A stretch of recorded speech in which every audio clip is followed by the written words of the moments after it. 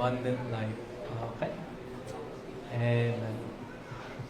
Naniniwala po ba kayo, mga Kristiyano, that the Christian life, ang plano ng Diyos para sa atin ay isang masaganang buhay? Naniniwala po ba kayo? Mga kapatid, hamunin po natin ang ating sarili. If we believe na napakabuti ng Diyos, napakabuti po ng Kanyang plano, mga kapatid, hamunin po natin ang ating sarili na mas dedicated po tayo sa Kanyang kalooban. That means, mga kapatid, kailangan po nating bitawan ang ating mga wants, desires, and plans para sundin ang Panginoon. Opo, yun ang hard part. Pero mga kapatid, the hard part of letting go of selfishness, pagiging makasarili, yun ay nagiging madali kapag mas maintindihan po natin ang truth. Alam niyo mga kapatid, ito po ang mensahe ng mundo, ito po ang pananaw ng mundo pagdating sa Christianity. Boring po ang church. Mahirap po ang maglingkod. Masamang mga pastor, humahabol sila sa tithes. Boring talaga ang mga mensahe mula sa Bible. Mahirap magbasa ng Bible. Walang saysay ang prayer. Yun po ang kanilang perspective sa buhay Kristiyano. Pero mga kapatid, kung faithful Christian po kayo, alam niyo po ang katotohanan. The more na nagsasacrifice po kayo para sundin ang Bible, para sundin ang Panginoon, the more that you realize, ay, mali pala ang aking mga gusto. Mas maganda ang plano ng Diyos para sa akin. Minsan po, we forget that. Minsan po, we are forgetting na ang plano ng Diyos para sa atin ay mas mainam, mas maganda than whatever plans we can think of. Sumusunod po tayo sa emotion. Ano ang feeling ko ngayon? Ano ang gusto ko ngayon? Mga kapatid, kung sumusunod po kayo sa emotion, I can promise you this. Your emotions will lead you astray. Lahat po na sumusunod sa emotion, naliligaw po sila. Naliligaw po sila. Meron tayong map. Meron po tayong direction dito po sa salita ng Diyos. Ang tanong ko po sa ating lahat, are we all in? Are we all in? Hindi lang po sa ating isip. All in po ba tayo sa ating action? Ano po ang kasabihan? Actions speak louder than words. Totoo po ba yan? So alam ko that you are convinced of God's great plan kapag nakakita po yon sa inyong action, mga kapatid. The abundant life. Ang tanong ko po sa inyo, ilan pong religion ang meron sa ating mundo? Alam niyo po ba? May statistic, siguro higit sa 5,000 na religion ay meron sa ating mundo. That's a lot. That is a lot of religions. Pag sinabing religion, it's a group, it's a denomination, isang grupo, meron po silang belief pagdating sa buhay, pagdating sa langit, pagdating sa lumikha ng mundo, yun. 5,000 na religion. Kung 5,000 talaga, ibig sabihin, may 4,999 na mali, mga kapatid. Ano po ang pagkakaiba ng Christianity sa mga ibang religion? Bakit Kristiyano po ako? Bakit po ang Christianity ay totoo? Number one, we follow the Bible alone. That's number one. Ang Biblia ay totoo. Ang Biblia ay binigay ng Diyos sa atin para malalaman natin ang katotohanan. Alam niyo mga kapatid, may mga tao,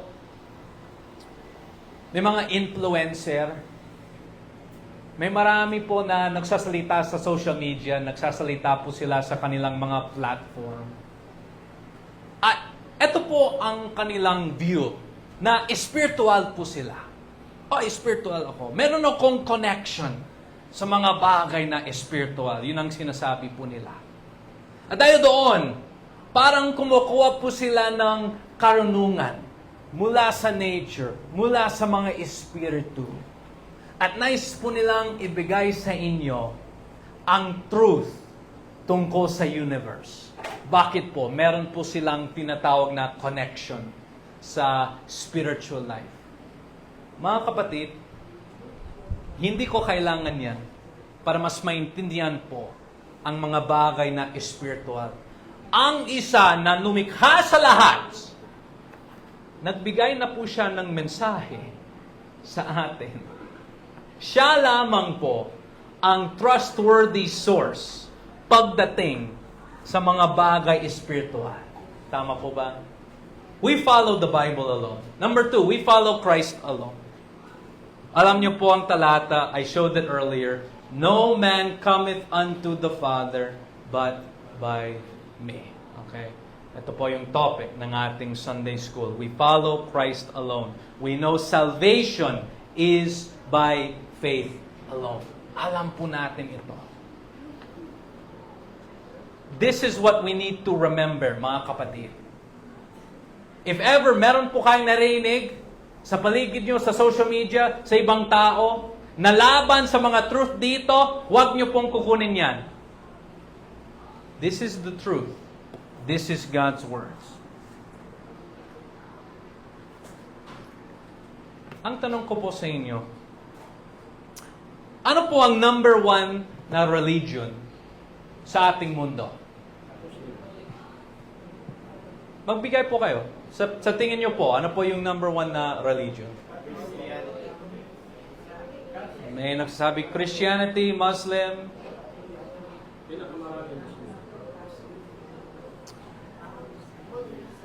Opo, siguro po, pinakamarami ang mga Muslim.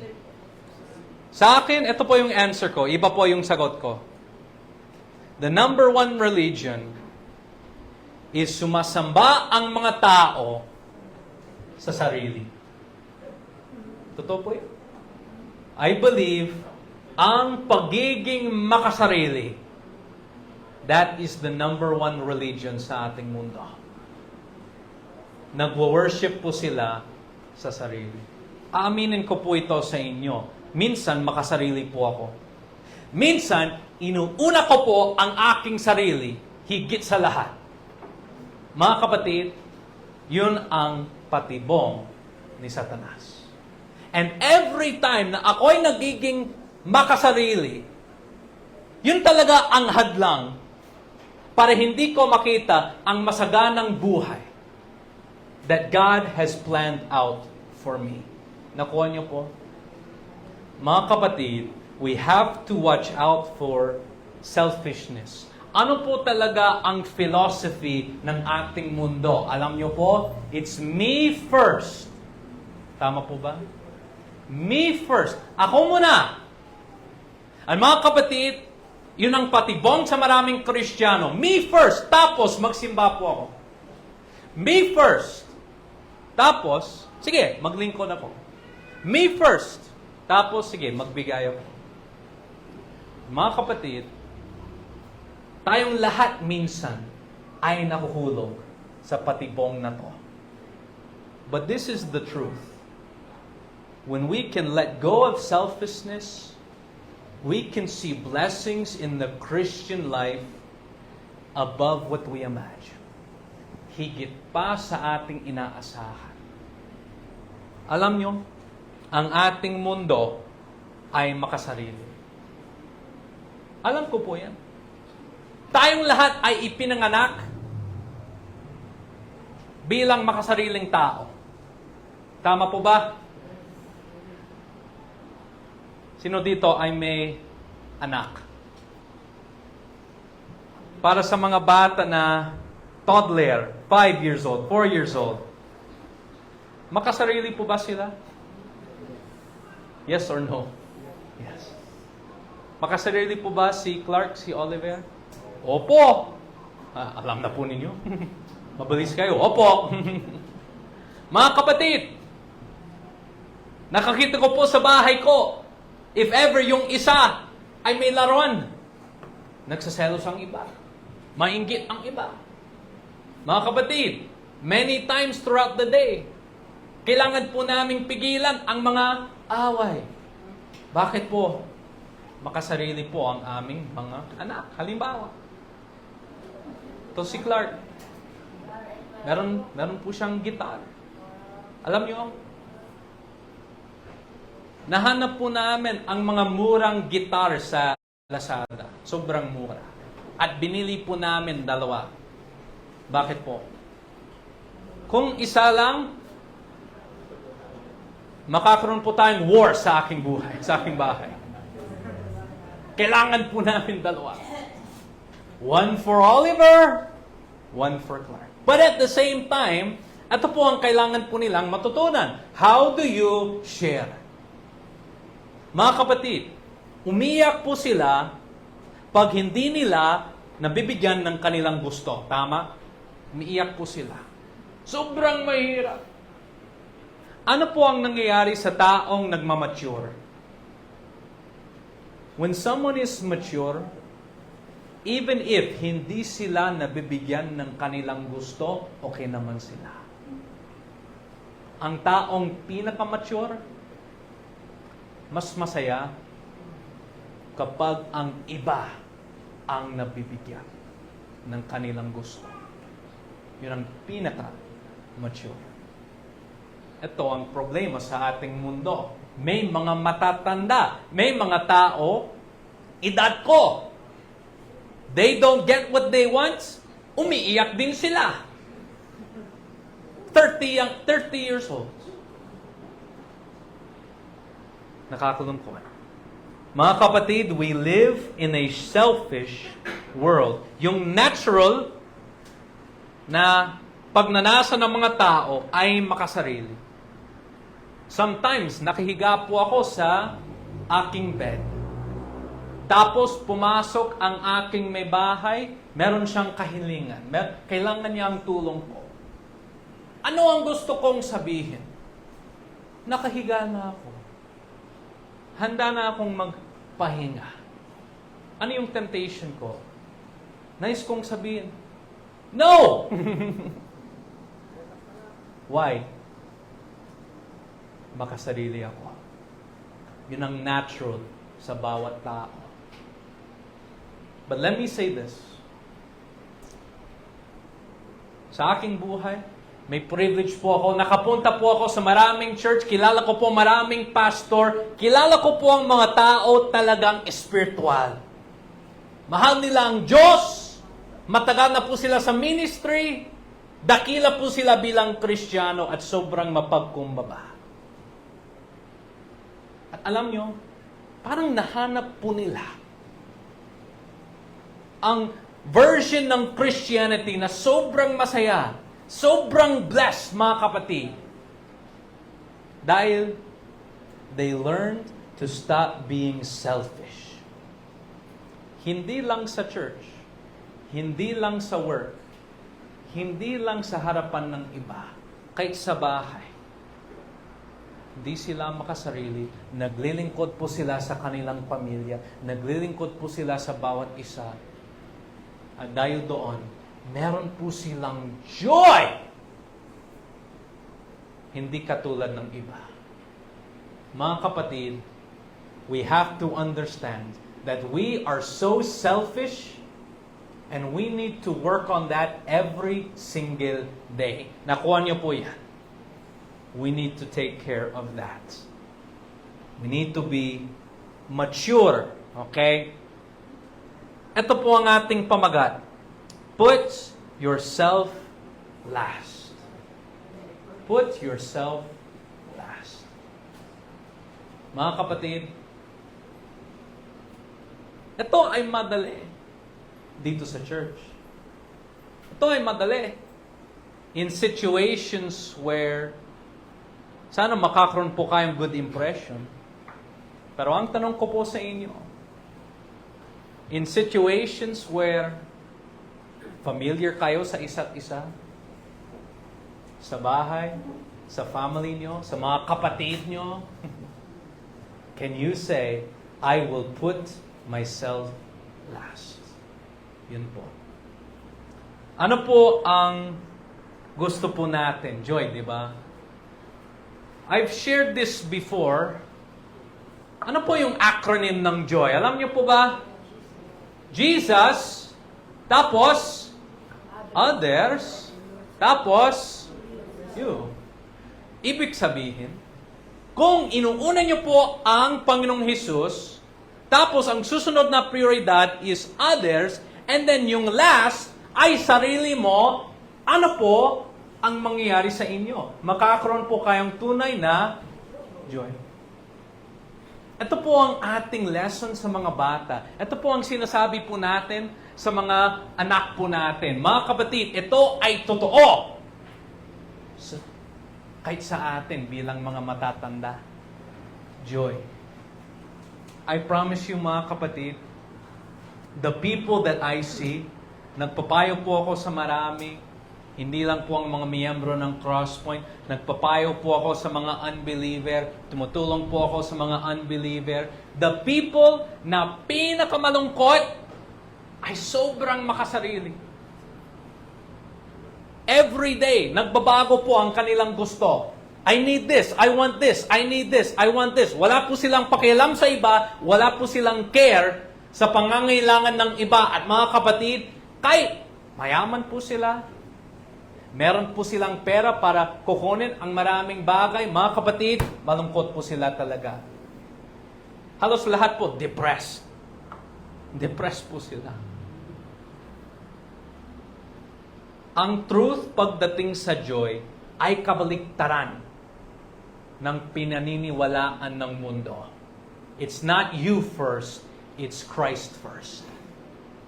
It's Christ first, it's others, and you put yourself last, and then makakita niyo po ang joy sa buhay niyo. Philippians chapter 2, buksan po natin ang ating Bible. Philippians chapter 2, verse 1, all the way to verse 4. Babasahin po natin. Tumayo po tayong lahat. Ito po ang ating main text. Philippians chapter 2, verse 1, all the way to verse 4. Very familiar passage. Ibibigay ko po sa atin ang backgrounds. But for now, basahin po natin to ng sabay-sabay. Philippians chapter 2, verse 1, all the way to verse 4. Kung wala po kayong Biblia, meron po tayong mga verse sa screen. Pero mas mainam po, dinala niyo po ang inyong Bible sa church. Philippians 2, verse 1, all the way to verse 4. Andyan na po kayo. Amen. Amen. Read. Make sure malakas po ang ating boses. Let's read, starting in verse 1. Ready? Begin. If there be therefore any consolation in Christ, if any comfort of love, if any fellowship of the Spirit, if any bowels and mercies, fulfill ye my joy, that ye be like-minded, having the same love, being of one accord, of one mind. Let nothing be done through strife or vainglory, but in lowliness of mind, let each esteem other better than themselves. Look not every man on his own things, but every man also on the things of others. Tayo po ay yumako, tayo po ay manalangin. Panginoon, thank you for this passage in Scripture. Ang mensahe po ni Pablo sa mga Kristiyano doon po sa Pilipay. Panginoon, I pray na ito po ay magdadala ng karunungan sa amin tungkol sa pagkakaisa, tungkol sa humility, and being unselfish. Tulungan niyo po kami, Panginoon, para bitawan po ang pagiging makasarili. At alam po namin, Panginoon, when we can put ourselves last, we will see blessings, abundance in our lives. Salamat po sa opportunity na mangaraw ngayong umaga. Ito po ang aming dalangin sa pangalan ni Jesus. Amen. Pwede na po tayong makupo.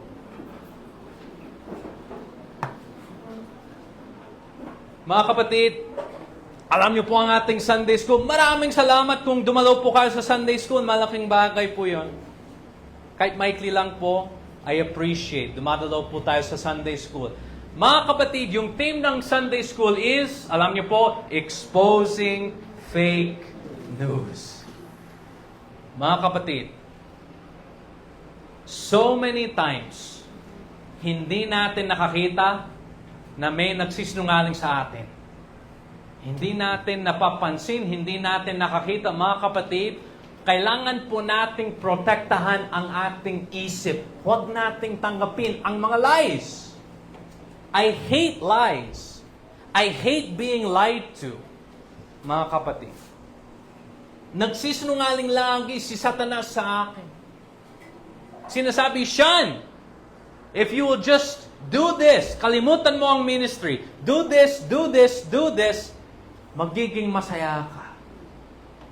And sometimes, yung temptation ko is, nais ko pong sundin ang plano na yan. Yung logic ng mundo is think about yourself, care about yourself, gawin mo ang inyong mga plano para magtatagumpay ka sa buhay. Mga kapatid, ito po ang sinasabi ni Satanas sa atin, na mas matalino po tayo sa Panginoon. Mas matalino po tayo sa Bible. Hindi natin kailangan ng Bible, hindi natin kailangan ng church, hindi natin kailangan ang teaching, ang preaching. Matalino na tayo, alam natin ang best para sa sarili natin. Yun po ang kasinungalingan ni Satanas. And every time, yun ay patungo sa depression, sadness, emptiness, vanity. Every time, mga kapatid. Don't fall for the lies. Ano po ang pagpapakita that a person is wise? Meron po silang karunungan. Meron po silang wisdom. Nagbibigay po sila. Hindi lang po pera. Nagbibigay po sila ng oras. Alam ko, mga kapatid, we have people here. We have people all over the place. Willing po sila magbigay ng pera. Bukas palad, di ba? But there are people na kahit willing po sila magbigay. Pagdating sa pera, when it comes to their time to come to church, to serve, madamot po sila. Mga kapatid, we need to be wise. Ano po talaga ang pinakamahalagang bagay? That we are serving our God. Alam niyo po, mga kapatid, when I see selfishness sa aking mga anak, that is cause for punishment sa aking tahanan. Alam ko, mga kapatid, sa selfishness, maybe they're not hitting each other, maybe hindi sila nagmumura, maybe hindi sila nag-aaway, but if ever nakakita ko po ang selfishness, sa akin po, many times, karapat dapat po sila sa palo. Bakit po? Nakakita ko po ang rebellion sa kanilang puso.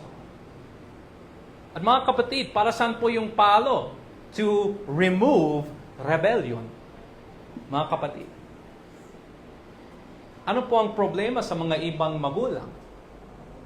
Well, as long as the kids are not hurting each other, as long as they're not cursing, basta hindi sila bastos, hindi sila nag-aaway, okay lang. Pero as they grow up, may gantimpala sa pagiging makasarili. Mga kapatid, ano po ang mangyayari pag nasa edad na po sila? We have to remember the danger of selfishness. So, mga kapatid, we're talking about Philippians chapter 2. Okay?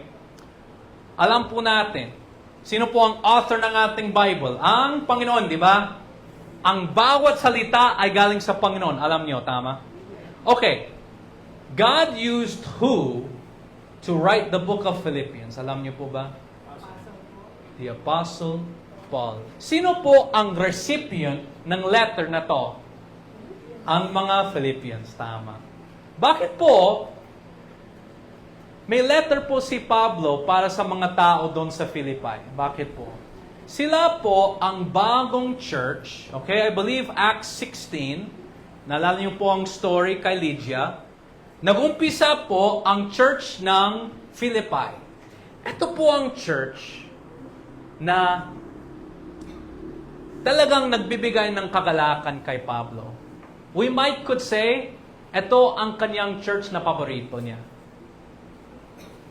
Mga kapatid, ang sinabi ni Pablo tungkol sa church na to, sabi niya, kayo ang aking kagalakan, kayo ang aking corona. You are my joy and crown, sabi niya. Mga kapatid, mahal niya talaga ang church sa Philippi. At alam nyo, sa kanyang letter, chapter 1, basahin nyo, meron siyang maraming compliment. Pinupuri po niya ang mga tao doon sa Philippi. Imagine po, na may tao, nakita niya ang ating church, nakita niya ang mga miyembro, nakita niya ang lahat ng ginagawa, tapos meron po siyang letter para sa atin, meron po siyang mensahe para sa atin. At nais po niyang magbigay ng compliment sa mga lalaki, sa mga babae, sa mga teacher. Ay, ang galing niyo doon sa Crosspoint. Ang galing niyo. Lumalago kayo. You're growing. You're expanding. Meron kayong blessing sa kalsadang bayo. Buti naman. Iba po ito sa mensahe ni Pablo para sa church ng Corinth. Bakit po? Sa church ng Corinth, meron po silang maraming problema. Sa Philippi, natutuwa talaga si Pablo sa kanila. Pero dito po sa chapter 2, may isang issue na kailangan po niyang i-address. Nakuha niyo po? Ang sinasabi niya, ang galing niyo, Church of Philippi. Meron kayong maraming ministry. Nagsosoul winning kayo, ang galing niyo. Pero pag-usapan natin ito, may konting issue na kailangan nating i-address. Mga kapatid, natutuwa po ako sa ministry ng Crosspoint Baptist Church. Masaya po ako talaga dito. Masaya po ako sa lahat ng ginagawa nyo. But sometimes, meron tayong mga issue, tama? May kasabihan po, wala pong perfectong church. Kung may perfectong church, if ako ay dadalo doon, ako ang magiging imperfect part. No? Wala pong perfectong church. But let's say that our church, as it's growing, it's thriving, mga kapatid. Alam nyo, nakakalungkot. Even if born again po sila, may church po dito sa Senyora, nag-close po sila. Okay? Nakakalungkot. Okay? Buti naman na kahit may mga ibang church na nag-close, tayo po ay lumalango. Purihin natin ang Panginoon. But imagine na we need the message of encouragement, but also konting correction. What if, mga kapatid, the Apostle Paul was writing to us and say, just make sure, Crosspoint, ang galing nyo, magaling kayo, meron akong isang babala para sa inyo. Ano po ang babala niya sa church ng Philippi? Focus on your unity. Bakit? You need to look not every man on his own things, but every man also on the things of others. Buti naman, Church of Philippi, lumalago na kayo. Work on your selfishness, sabi niya. Mga kapatid, I think that can apply to us as well. Diba? I think this can apply to us as well. So, mga kapatid, let's talk about our points. 3 signs that you are a me first person. Okay? 3 signs that you are a me first person. Okay, number 1, you are slow to do God's will.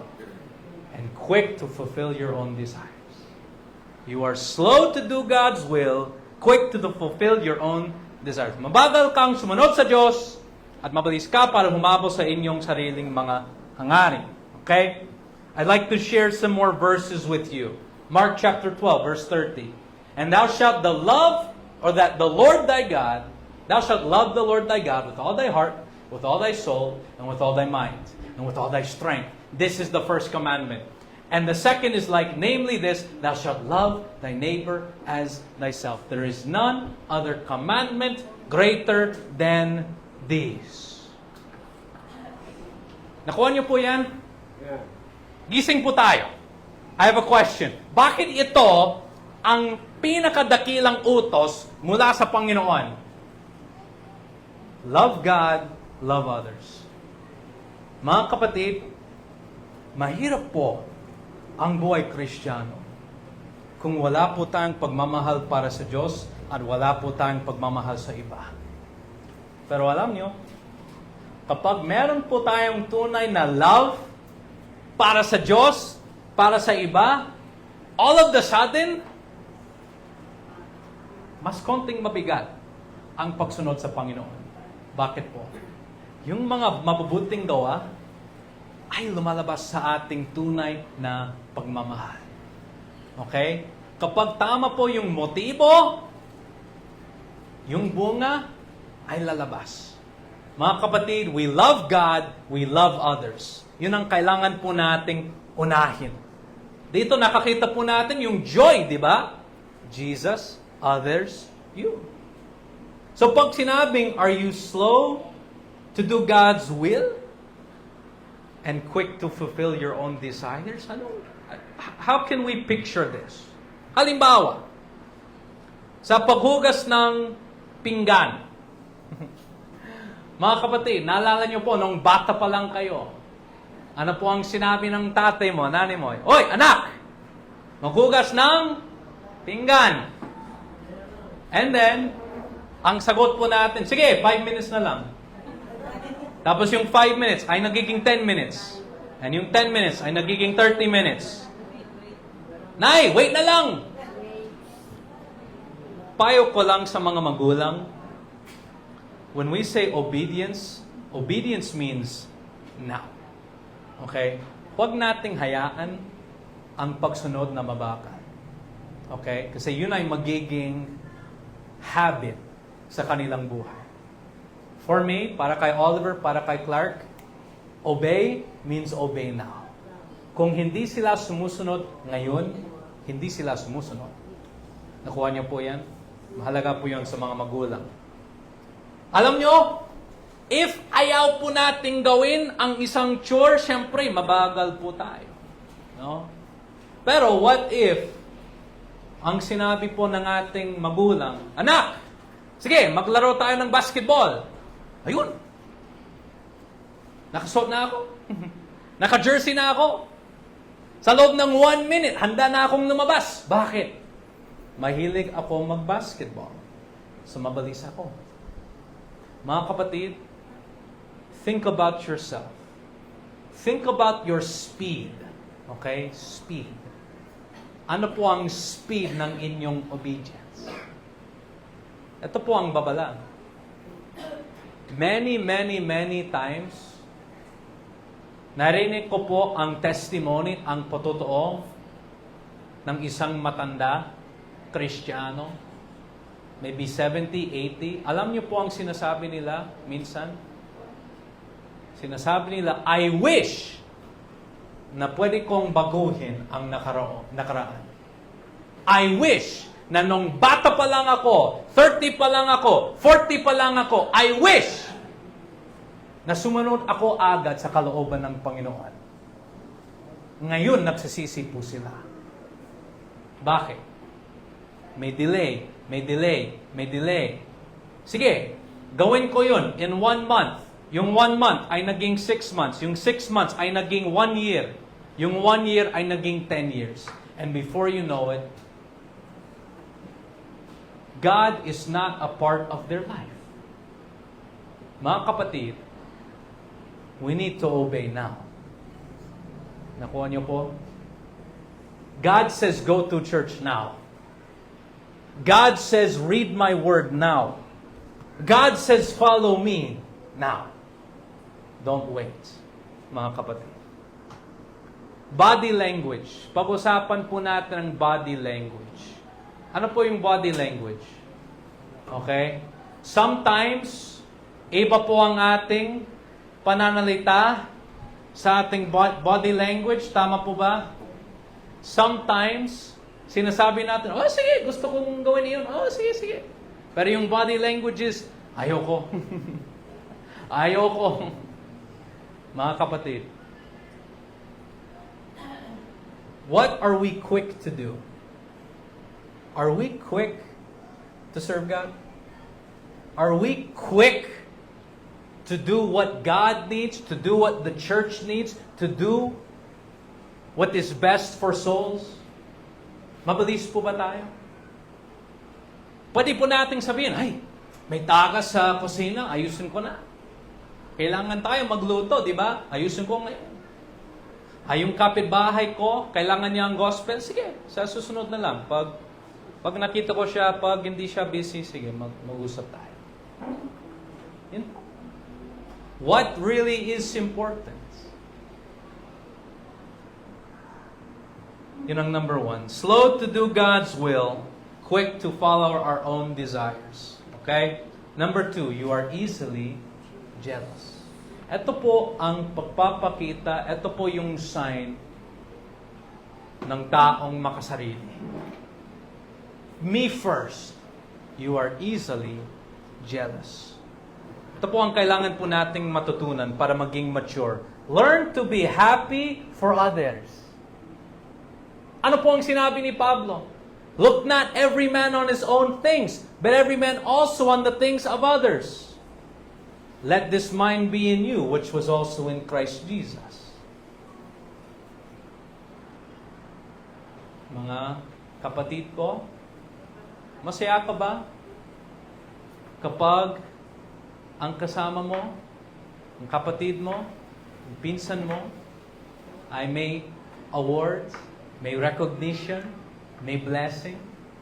Masaya po ba tayo? Mga kapatid, is there any time na yung kagalakan ng iba ay naging sakit sa atin? Maging honest po tayo sa ating sarili. James chapter 3 verse 16, basahin po natin ito. For where envying and strife is, there is confusion and every evil work. Envying. Anong ibig sabihin? Inggit po tayo. Mainggit po tayo. Sabi rito, kung may kainggitan, jealousy, may confusion and every evil work. Okay, halimbawa. Sa ating church, alam po, meron tayong maraming tao dito. Nice nyo pong maglingkod. Marami po dito. Meron po kayong puso sa ministry. I'm so proud of all of you. Alam nyo po, si Satanas, meron po siyang strategy dito. Okay? Ano po ang kanyang strategy? Well, sabi rito, where there's envying and strife, there is every evil work. Kung kaya niyang itanim ang jealousy sa ating church, yun ay magbubunga ng kasamaan sa ating church. Nakuha niyo po? Many times, ang puso na may kapaitan, ang heart na may jealousy, ang heart may sama ng loob ka sa iba, yun ay magbubunga ng mas maraming kasalanan sa buhay mo. Tama po ba? Tama po ba? Where envying and strife is, there is confusion and every evil work. Maybe sa una, wala po kayong motibo, wala po kayong intention na magkasala. Pero sapagkat meron kang sama ng loob sa iba, ayun, yun ang pintuhan para kay Satanas. Yun ang puwang para kay Satanas na kumilos po sa inyong buhay.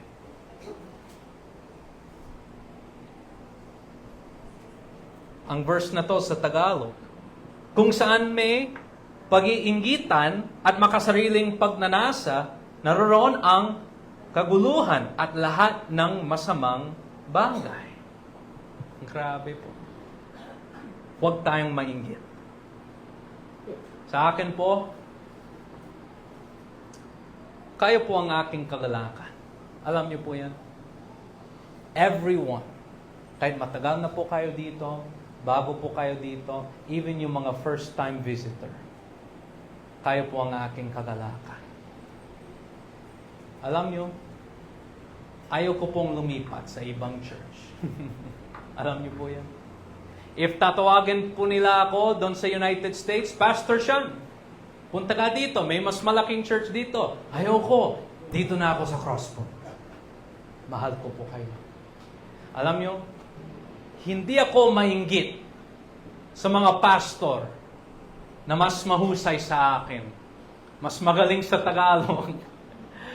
Hindi ako mainggit sa mga pastor, mas malaki po yung building, mas marami po ang mga tao. Okay? Kilala ko po maraming Baptist pastor dito po sa Pilipinas. Halos lahat ay may congregation na mas marami sa akin. Okay lang yan. Buti naman, pinagpala po sila ng Panginoon. Hindi ako mainggit. Bakit po? Because nagbibilang na po ako ng aking mga blessing dito. Marami. Hindi ako karapat-dapat sa blessing na to. Hindi ako mainggit sa mga ibang pamilya. Meron akong blessing sa aking may bahay. Meron akong blessing sa aking mga anak. Ano pa ang gusto ko? Mga kapatid, maging kontento. Bilangin niyo po ang inyong mga blessing. Hindi po kayo magiging jealous. Kasi pinagpala na po kayo ng Panginoon. Huwag natin kalimutan yan. If someone else has a blessing, okay lang yan. Magalak po tayo. Practicein natin yun. If yun talaga ang inyong temptation, yun talaga ang inyong hirap, practicein natin ito. Maging masaya para sa iba. Let's do it. Okay? Just like kailangan nating practicein for sports, for recreation, practicein natin ang pagiging happy para sa iba. Do it. Sabihin nyo sa inyong sarili, hamunin nyo po ang inyong sarili, I'm going to be happy. Tandaan nyo po ang truth na tayong lahat ay pinagpala ng Panginoon. Wala po tayong puwang na maging jealous. Tayo ay karapat-dapat sa impyerno. Next one. A me-first person is easily offended. A me-first person is easily offended. We talk about this a lot. Bakit po?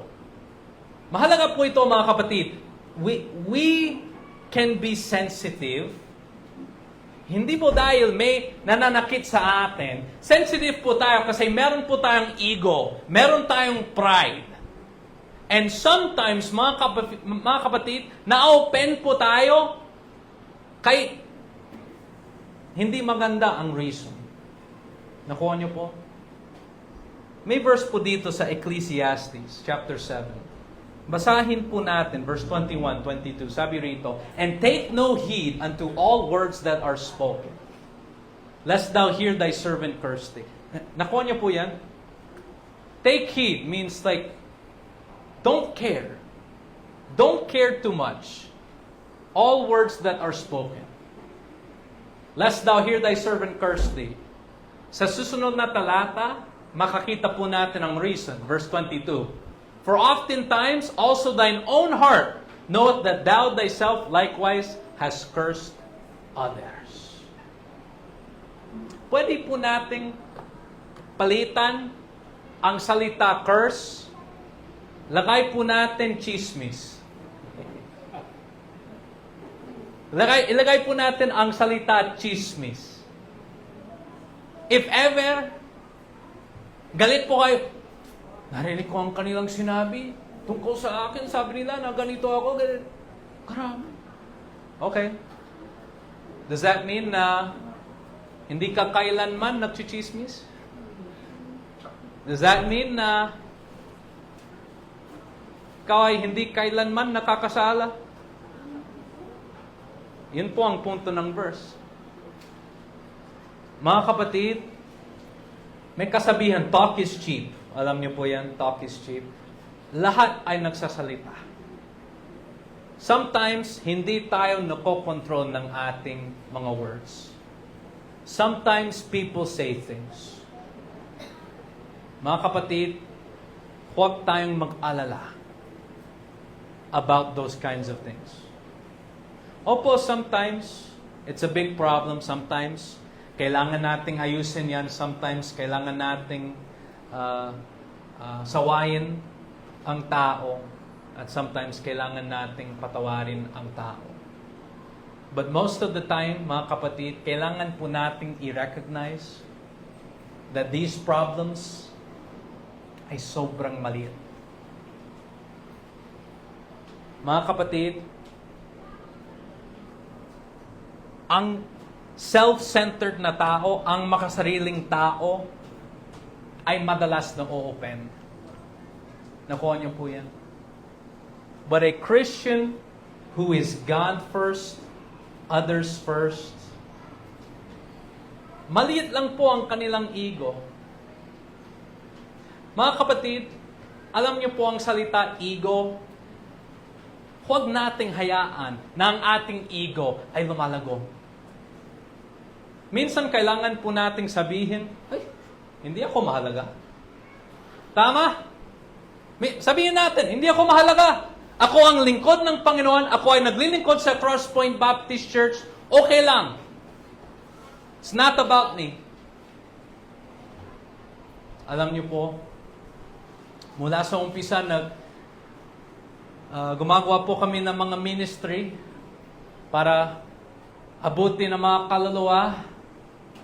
Mula sa umpisa ng Crosspoint, alam po natin ito, gusto ng mga Pilipino ang pagkain. So mula sa umpisa, nagluluto po kami sa Crosspoint. Ngayon po, meron po akong policy. Because meron tayong isang babae dito, lagi siyang nagluluto para sa iba. At kung naubos ang pagkain, okay lang kung hindi siya kumakain. Pero sa akin, hindi katanggap-tanggap yun sa akin. So ano po ang aking policy? Pag meron tayong food, pag nagsaserve po tayo ng food, ito po ang utos ko sa mga server. Kakain si Sister Faye. Kakain siya.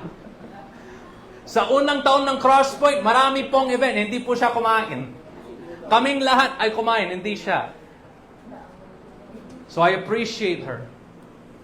She's willing to be last, mga kapatid. Bitawan po natin ang ating ego. We don't need to be important. We don't need to be perfect.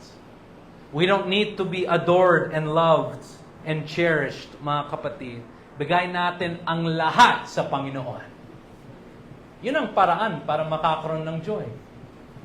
Kapag ang Diyos ay pinupuri, kapag ang Diyos ang binibigyan ng iba ng glory, praise, honor, yun ang source ng aking kagalakan.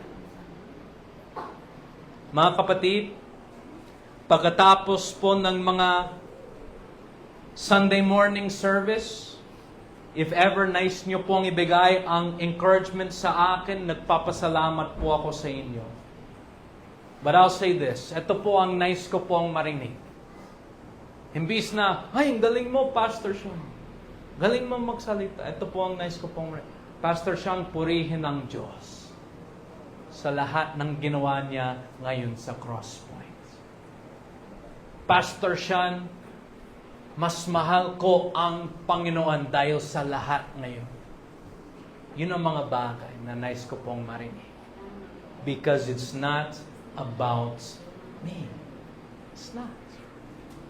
Mga kapatid, when you don't have an ego, meron po kayong kalayaan.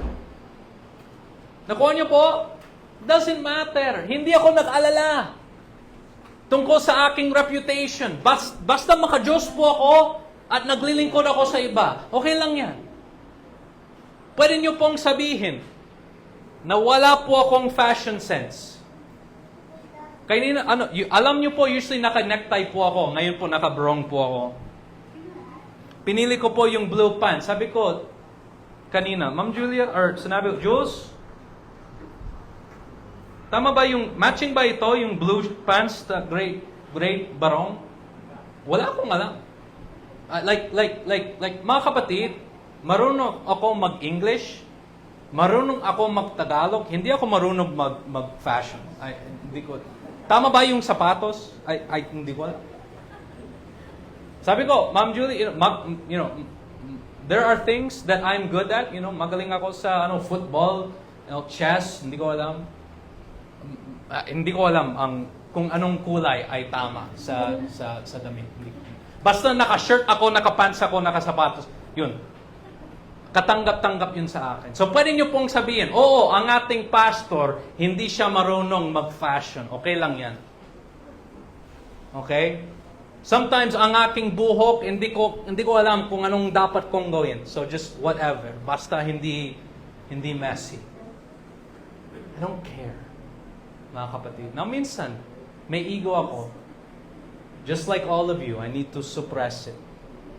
But, mga kapatid, when you don't care, may freedom. May kalayaan. Purihin nating lahat ang Panginoon. At maglingkod tayo araw-araw. Yan na lang ang kailangan natin. Ano po ang ating tugon sa chismis, sa spreading of evil words? Ano po ang ating tugon? It's not about me. It's about God. May verse po dito, Matthew 5:43. "Ye have heard that has been said, Thou shalt love thy neighbor and hate thine enemy. Now I beseech you, brethren, by the name of our Lord Jesus Christ, that ye speak the same thing, and that there be no divisions among you, but that ye be perfectly joined together in the same mind and in the same judgment." Kapag wala po tayong ego, hindi tayo madalas na o-offend, mga kapatid, hindi po masisira ang pagkakaisa ng ating church. At yun talaga ang pinakamahalaga. Ang naisin po ni Satanas, maghihiwalay po tayo bilang church. Huwag nating hayaan yun. Mahal natin ang isa't isa. Huwag tayong maging makasarili. Bitawan po natin ang ating mga ego. Yun lang po. Para sa ating pagwawakas, ano po ang pinakamahalagang bagay? 1 John 5:13, ito pala, Tagalog. Minsan, pinapakita po natin ang Tagalog. Isinulat ko ang mga bagay na ito sa inyo na sumasampalataya sa pangalan ng anak ng Diyos upang inyong malaman na kayo ay may buhay na walang hanggan at upang kayo ay sumampalataya sa pangalan ng anak ng Diyos. Mahalaga po sa akin na malinaw po ang gospel sa bawat isa. Ano ang paraan sa langit? Hindi niya binanggit ang mga gawa. Hindi niya binanggit, magbigay ka ng malaking tithes para maligtas ka. Walang ganon sa kaligtasan. Sabi rito, manampalataya sa pangalan ng anak ng Diyos. Siya ang namatay sa krus para sa ating kasalanan at nabuhay muli. Sino man po ay sumampalataya sa Kanya ay hindi mapapahamak kundi makakaroon ng buhay na walang hanggan. Yan po. Wala pong gawa sa kaligtasan. Wala po kayong paraan para iligtas ang inyong sarili sa pamamagitan po ng inyong gawa, inyong pera. May mga taong mabait na patungo sa impyerno. Ang tanging paraan sa langit ay pananampalataya kay Kristo. Ang tanong ko po sa ating lahat, have you put your faith in Christ na siya ay namatay para sa inyong kasalanan at nabuhay muli? Tumayo po tayong lahat.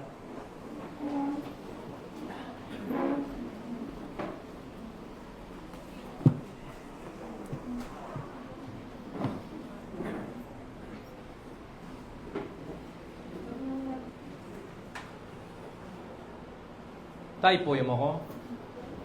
Ang tanong ko po sa ating lahat, for each specific person here,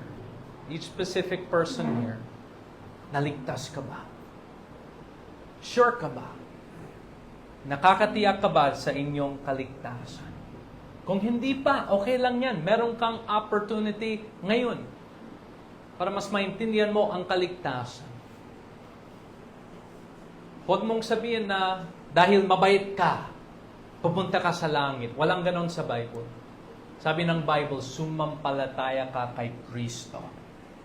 Siya ang namatay sa krus para sa inyong kasalanan. Dahil sa ating kasalanan, karapat-dapat tayo sa impyerno. Pero sapagkat binayaran po niya ang ating utang na kasalanan sa krus ng Kalbaryo, if tatanggapin po natin siya bilang tagapagligtas, sabi ng Bible, makakaroon po tayong buhay na walang hanggan. Are you saved? Kung hindi pa, just believe what Christ did for you on the cross. Tayo po ay manalangin. Panginoon, salamat po sa inyong kabutihan. Salamat po sa mensahe ni Papa para sa church doon sa Philippi. Natuwa po siya sa kanilang paglago, pero nagbigay po siya ng konting babala. You need to be unselfish. You need to be quick to obey. You need to let go of your ego. Panginoon, salamat po sa inyong Bible, sa inyong scripture. Gagamitin po namin yun para sa aming pakinabang. Help us, Father, na hindi po masisira ang pagkakaisa ng Crosspoint. Salamat po sa wisdom na ibinibigay niyo po sa amin sa pamamagitan po ng Bible. I pray, Father, that we will be doers of the word and not hearers only. Ito po ang aming dalangin sa pangalan ni Jesus. Amen. Salamat po. We are going to sing our closing song, which is Turn Your Eyes Upon Jesus. After this, dismiss na po tayo. Baka napansin niyo po ang bagong tricycle, no? We have a new tricycle in our church. What a blessing. Let's sing on the first. Oh, soul, are you weary and troubled? No light in the darkness you see. There's light for a look at the Savior, and life more abundant and free. Turn your eyes upon Jesus. Look full in His wonderful face, and the things of earth will grow strangely dim in the light of His glory and grace. Totoo po yun, the more na iniisip ko ang aking tagapagligtas, the more na iniisip ko ang aking Diyos, the more na wala akong pakialam sa mga makamundong bagay dito po sa daigdig. Ang mga bagay na pansamantala, ang mga possession na material lang. Ang aking ego, ang aking mga gusto, ay, maliit lang kumpara sa glory ng aking Panginoon.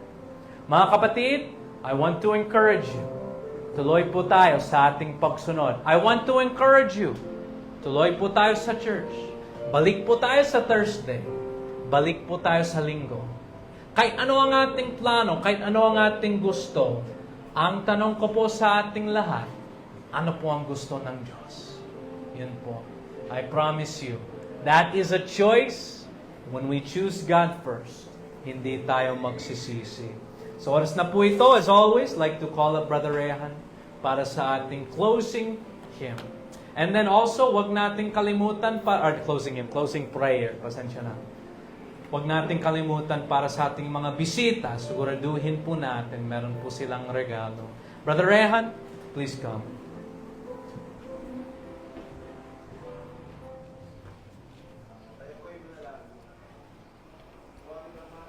Uy.